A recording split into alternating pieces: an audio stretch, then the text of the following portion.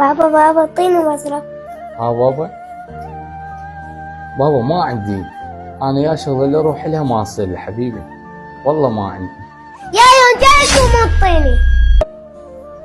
حنا اروح ادور شغل اساعد بابا. السلام عليكم عمو علاء، وحنا نشتغل وياك.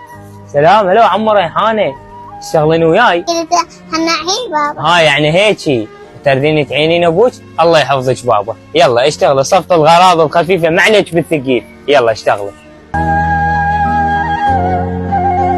بقى بس هذا خلنا نبيعه واوفر مصرف الجهالي. بابا ها بابا حبيبي. بابا هات هاي الفلوس. بابا منين لك هاي الفلوس؟ بابا من شفت عنده صيح عليك انا مدير مصب، رحت اشتغلت بالمحل مال عمو علاوي. بابا رحت اشتغلتي فدوى اروح لك يا بابا، اكو ناس ما تتمنى البنيه وحتى تطلق نسوانها من تجيهم بنيه، وانا هيك بنت رفعت راسي فدوى.